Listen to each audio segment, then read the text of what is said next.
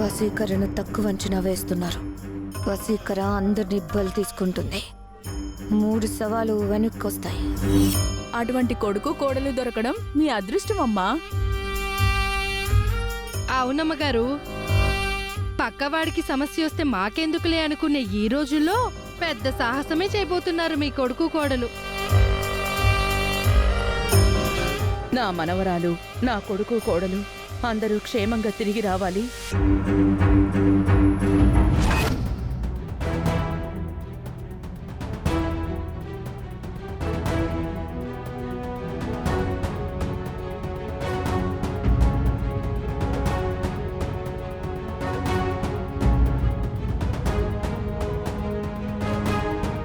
మనం ఈ చెట్టు సొరంగంలోకి వెళ్ళగలిగితేనే వశీకరణను అంతం చేయడానికి కావలసిన అవకాశం ఏదైనా దొరుకుతుంది. మొదట్నుంచి నాకు దీని మీదే అనుమానంగా ఉంది. కానీ మనం దగ్గరికి వెళ్తే మనల్ని తనలోకి లాగేసుకుంటుంది. అయినా సరే ఈరోజు నిర్ణయించుకున్నాం కాబట్టి ధైర్యంగా వెళ్దాం.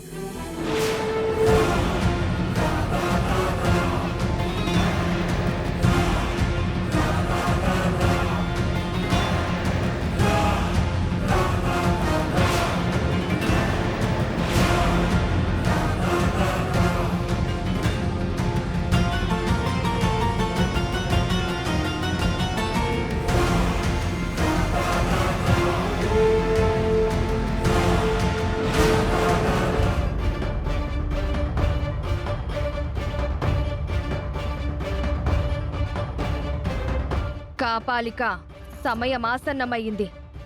ఘడియలు అనుకూలంగా ఉన్నాయి.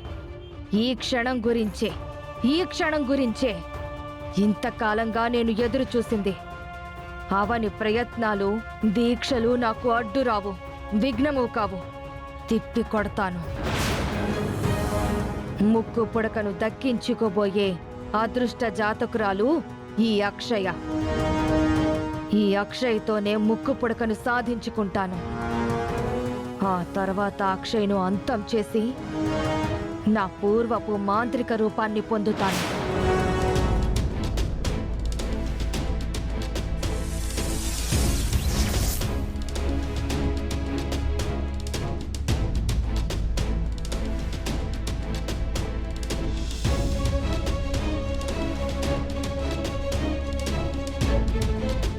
ఈ శవాల కోటలోకి నేను అడుగుపెట్టిన మొదటి రోజే అక్షయ్ను ఈ స్థితికి తెద్దామనుకున్నాను. ఇప్పటికి నాకు అవకాశం కుదిరింది. నీ మరణం, నా పాత రూప జననం మరి కాసేపట్లో జరగబోతున్నాయి.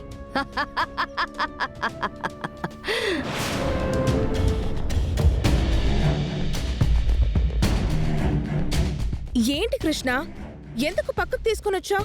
అందరి ముందు మాట్లాడుకోవడానికి విషయాలు ఈ సమయంలో చాలా ఉంటాయి కదా, అందుకనే పక్కకు రమ్మన్నాను. ఇలా మనం పక్కకొచ్చి మాట్లాడుకుంటే అందరికీ అనుమానాలు వస్తాయి.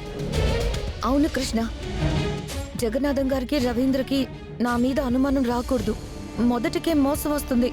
విషయం ఏంటో తొందరగా చెప్పు. అదే మేడం, వసీకర ఏమో కోటలో ఉంటుంది. మరి అవనేంటి జడల మరి చెట్టు దగ్గర వసీకర తన ప్రాణాన్ని దాచిపెట్టుకొని ఉంది అని ఏదేదో మాట్లాడుతోంది. ఆ విషయం నాకు పూర్తిగా తెలియదు. అవని ఎంక్వైరీలో ఆ విధంగా తెలిసిందేమో. ఈ జనరేషన్ లో కూడా ఇలాంటి వింతలన్నీ వింటామని, కళ్ళారా చూస్తామని నేను అనుకోలేదు. అయితే ఇద్దరు నేరుగా కోట దగ్గరికి వెళ్ళుంటారు. జడల మర్రి ఊడల మర్రి అంటూ మన దగ్గర కథలు చెప్తున్నారు, అంతే కదా? వాళ్ళు ఎన్ని కథలు చెప్పినా ఏం చేసినా ఈ రోజు అవనికి ఆఖరి రోజు. తనిచ్చిన మాటల్ని నిలబెట్టుకోలేదంటే జనం చేతిలోనే దెబ్బలు తింటుంది. ఈ జనాలు వెర్రి గొర్రెలు. అవని వశీకరతో తలపడలేక వెనక్కి తిరిగొచ్చి ఏదో ఒక స్టోరీ చెప్పిందంటే నమ్మేస్తారు. అంత అవకాశం మనం అవనికి ఇవ్వం. ఎట్టి పరిస్థితుల్లోనూ ఇవ్వకూడదు. జనాలను రెచ్చగొట్టి అవనిని ఊరి నుంచి తరిమించాలి. అవని, అక్షయ, శ్రీకర్లు తిరిగొస్తారన్న నమ్మకం నాకు లేదు మేడం. వాళ్ళ కోసం ఫోటోలు, దండలు రెడీ చేసి ఉంచుకోవడం మంచిదని నాకు అనిపిస్తోంది. అవని, అక్షయ్లకైతే నా సొంత డబ్బులతో పాలరాతి సమాధులు కట్టిస్తాను. వసీకరే అవని మీద గెలిచి ముక్కు పుడుకొని సొంతం చేసుకోవాలి. తన దగ్గర నుంచి నేను దోచుకోవాలి. లోపలికి ఎవరూ ప్రవేశించకుండా చెట్టు చుట్టూ ఆ వశీకర మంత్రబంధనం చేసినట్టుంది.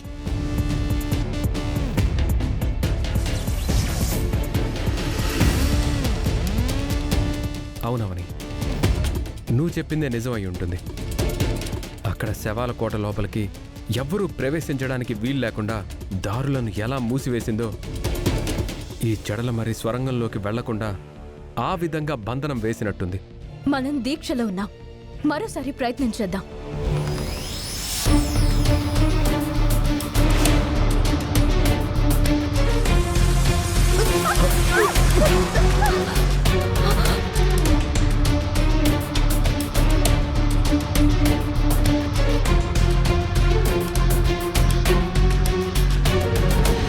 అవని, శివలింగం ఉంది.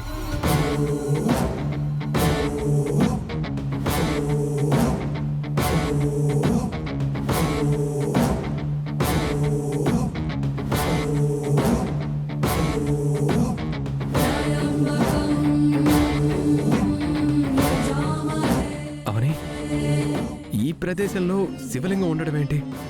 ముక్కంటి వాడు లేని చోటు ఎక్కడుంటుంది? ఇప్పుడు మనం ఏం చేయాలో నాకు బోధపడింది.